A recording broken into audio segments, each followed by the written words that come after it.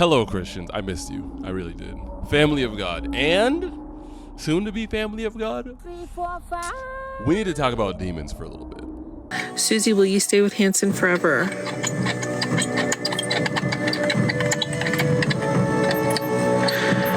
A hard no. Could you make demons work for you? Could you make the devil do what you want? A hard no. Let's pretend that we're like not Christians. You know what? I don't like that. But let's pretend that we're pretending not to be Christians for a second. Okay. Let's just not do any of that. Let's not do any of that. But let's pretend that one of our friends just really needs the answer to this question because they've been getting harassed on the way home. And I don't know, maybe they got into some material that they shouldn't have, and now they're asking you, hey, I've heard that Satan could walk me home safely. Like hold Satan's hand? So have you heard of this? There's something called, actually, you know what? Let me pull it up. There's something called Google Maps. If you need to get somewhere before you leave or on your phone, you can like plug in the address and then, okay, actually, there's something called WitchTok. Hey, homie, pull it up. No problem. I'll have you worshiping the devil in no time. Haha. Thank you, bro. Thank you. So there's a hashtag on TikTok called WitchTok. And it's the place where the occult, witchcraft, seances, fortune telling, witches, manifesting, crystals, snaps off, right? And before I continue, let me just say, if you're into this type of stuff, this is not about you, right? Like, you are not this object of my rage or anger or anything. Like, I love you. As much as I can say without having an actual relationship with you, I love you. This is about setting captives free. That's all, or at least extending the olive branch. Hey, freedom is this way. So let me show you all this video of a TikToker named Madame Fortune, who calls herself a demonologist, and she's just giving us free game on getting help from below. So this is Madame Fortune. Everybody say hi. And before I click play, listen, again, we love her. We love her, okay? Jesus loves this woman, so do we. You feel what I'm saying? You might even get along with her. You get to know her, you might even get along with her. Y'all might even bond over Dungeons and Dragons. The devil hopes you scroll before I what can I'm pray saying? for you. These demons have got your back. Let's do a rapid fire of demons for protection. Of course, if you want to know if any of these... I also like that this is being called a rapid fire rather than like a slower, methodical, like a designated marksman rifle type fire. You know what I'm saying? Like that cadence. Check out the links in my bio, book Infernal Identification Session. I recently had a situation with a stalker myself, so a couple of these are the ones who I myself went through. King Belial is in... Really quick. My wife said that was a flex. The stalker thing. Say it. I'm just saying it's a weird way to say it. I also went through that too. And it's tested. Obviously, like, I'm safe and happy now. Oh my gosh.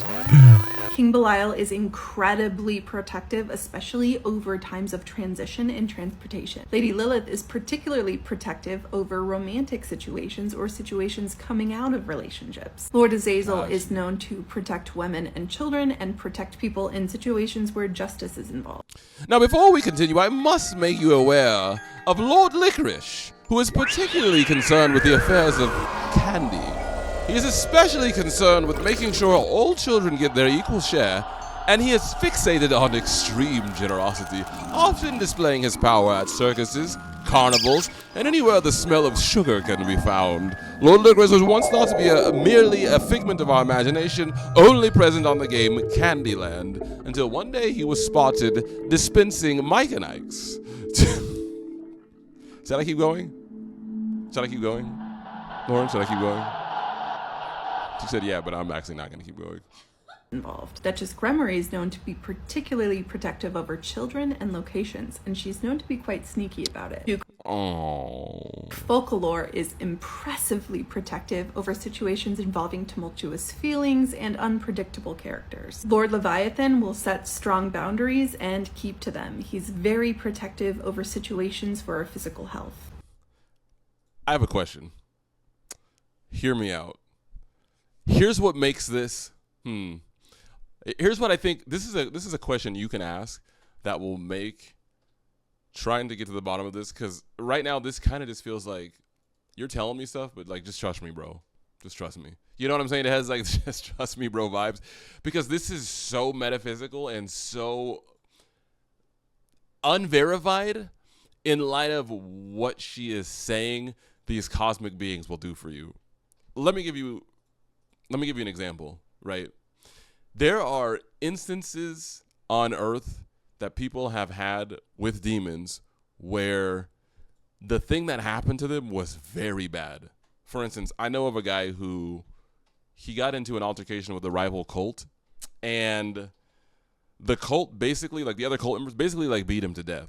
So while he's just bleeding out, he recounts being in like just blackness and hearing voices say all types of vulgar things about him. And he said he knew these were the demons that he used to worship when he was alive. You know what I'm saying? So if what she's saying is true, would a demon do that? Like if they really cared about you, would somebody who cares about you do that when the worst thing has happened to you, right? If anything, that's when they should show up the most and flex. You feel what I'm saying? And at the same time, there are demons who have done good things for people. I have a friend who, she's a Chinese witch, and the reason she worships this idol is because she said it saved her life. And the Bible also says, even if a demon comes masquerading as an angel of light, but brings a gospel contrary to the gospel you have heard, right? Don't believe it. So the Bible is saying, like, demons are capable of doing good things, and we should expect that. If their motives for you are not pure, of course they're going to do whatever it takes to get you on their side. So as she's saying this, like, it shouldn't alarm Christians that somebody could beseech any of these beings for the things that she's talking about. Perhaps it works. But the important thing to know is, like,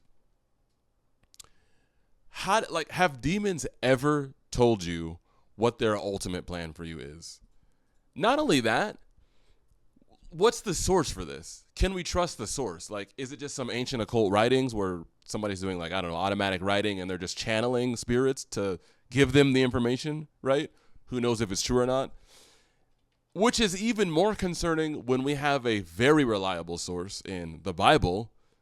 The person who made demons, who came to earth, showed up verifiably, you know what I'm saying? Like, it's not some, didn't happen in a way that there weren't people around to witness it, right? Showed up, and everything he said about demons, all the interactions he had with demons, none of them went well for the demons, and none of the things he said were good.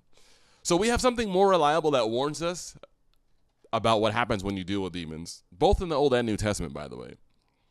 And then we have the testimony of this young woman who has a lot of good things to say, but ultimately, who knows what they really want? There's a lack of transparency, dare I say, from these cosmic beings that should give somebody extreme pause when placing their faith in these demons who only seem to be able to do a little tiny set of things, right? Why not just go to Jesus who can do it all? You feel what I'm saying? He can do everything for you.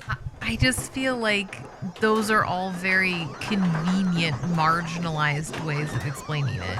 Like, Lord Leviathan sticks to his boundaries, so, like, he won't help you with this, but he'll help you with that. So basically, he may do it, he may not. He's very particular. Yeah, like, it leaves room for, like, yeah, it's very unverifiable. Not being done. Yeah. Like, it won't be done because these exact guidelines weren't met. And they're kind of sneaky and pesky. It's like... That's a good point. Lord Abaddon is sometimes described as the black box demon, known to do a lot to get his way. I just have a question. What does being a black box have to do with, like, doing whatever it takes to, like, get yours? You know what I'm saying? Like,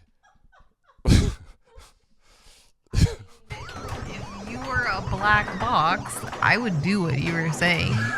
Because that's very scary and menacing. I just don't get it. Like, if I love Shake Shack and like I'll do whatever it takes to go to Shake Shack, is it possible that I'm gonna end up with the nickname, hey, what's up, Black Box? You know what I'm saying? And it not be kind of racist. You know what I'm saying? So King Asmodeus, another one of the judges of hell, known to be very protective over finances, resources, places, and connections. Okay, this one is especially crazy to me because, okay, I understand she does not believe the same things that I do about God and about the spirit world, of course.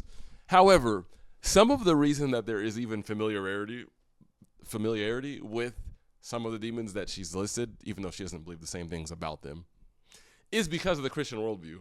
So I got this sneeze just ready to fly.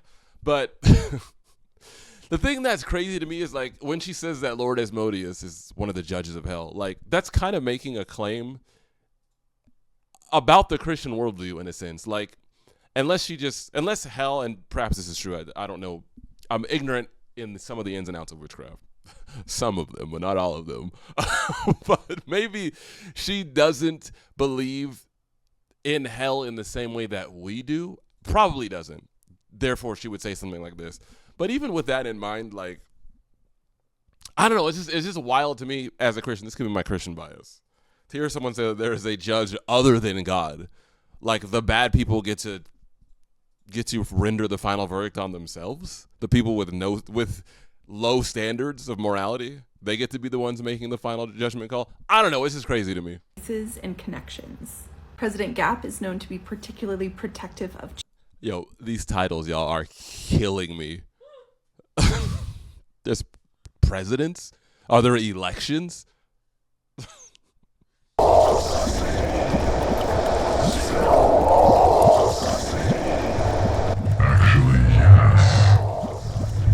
Children, and especially in situations that there might be the paranormal or dead interference. Marquis Marquesius is known to be incredibly protective, as well as Marquis Amon. They show up especially at night and protect us in our sleep and protect us from unpredictable or strategic circumstances. Okay, I'm pre-smiling because the last two she just named, Marquis Amon. Let me show you a drawing of this demon from the wiki. And you tell me if you want this thing watching over you in your sleep. Is this who you want sitting at your bedside, making sure you get a good night's sleep? Help! Someone is following me! Like if this was the Lunesta butterfly, sleep medication, it was this instead, do you think they would sell any medicine?